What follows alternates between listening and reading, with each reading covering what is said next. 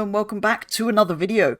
Today here again on the brand new Forza Motorsport game to show you my first experience of online racing on this brand new title. So let's get straight into the multiplayer aspect of this game. When you first head online on this game, you're greeted with several tabs of upcoming races, introduction, spec events and open events. To begin with, you'll need to complete 3 of the introduction events. I actually did 2 around Laguna Seca Classic layout, and only 1 around Grand Oak, and didn't do any around Hakone, which was slightly a shame. But the 2 I did around Laguna Seca, the classic layout of that track, I did really well on, actually qualifying on pole and winning both by some distance. I do seem to really like the combination of touring cars and that version of that track.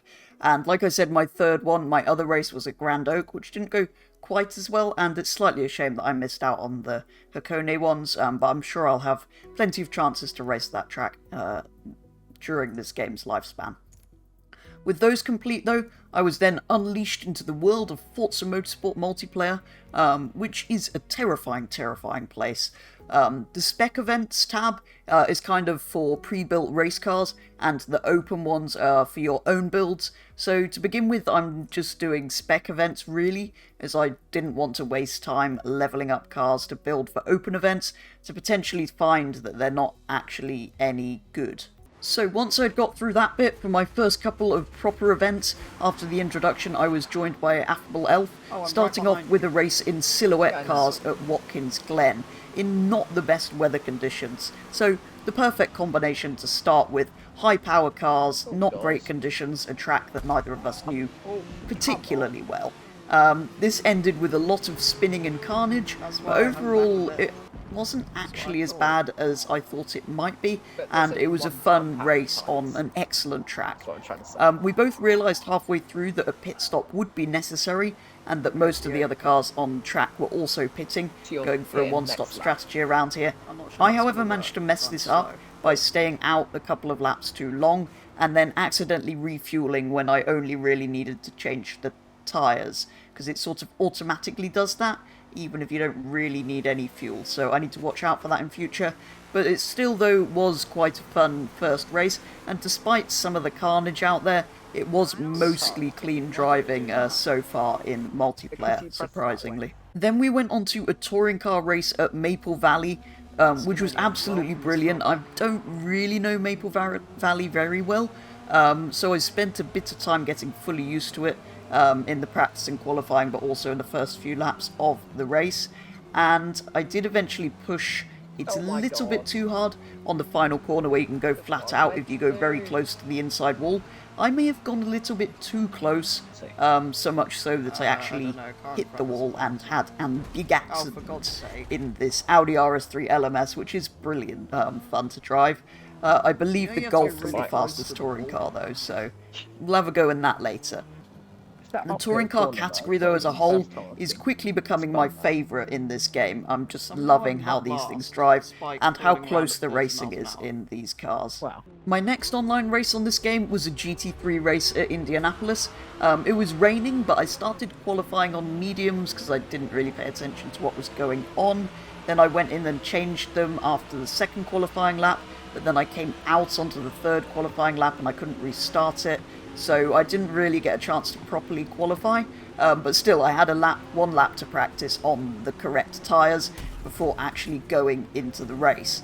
I then managed to make another big mistake and only put in 3 laps of fuel, as I somehow saw the number of qualifying laps and read it as the race distance.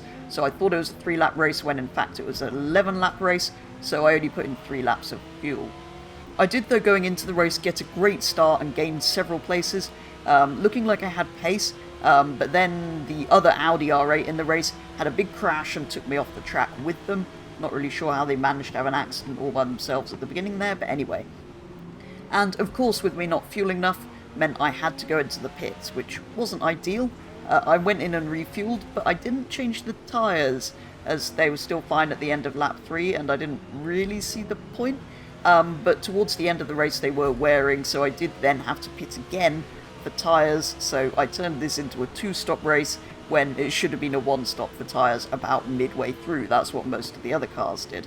So yeah, really annoyed with some of these mistakes I'm making in online, but I'm sure I'll get used to strategies and paying attention to how many laps the race actually is.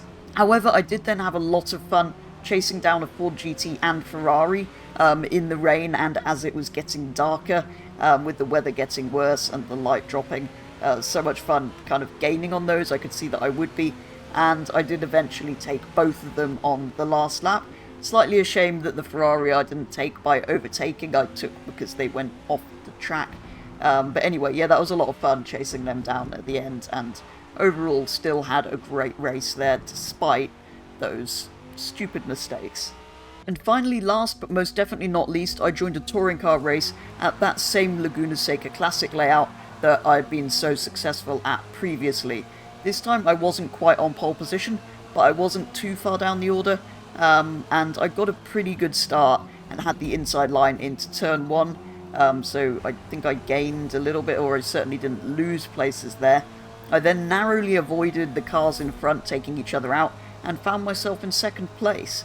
Here I was pretty sure that I was actually faster than the car in front sitting right on their bumper, but never quite had enough speed, as we were in identical vehicles, to actually get past.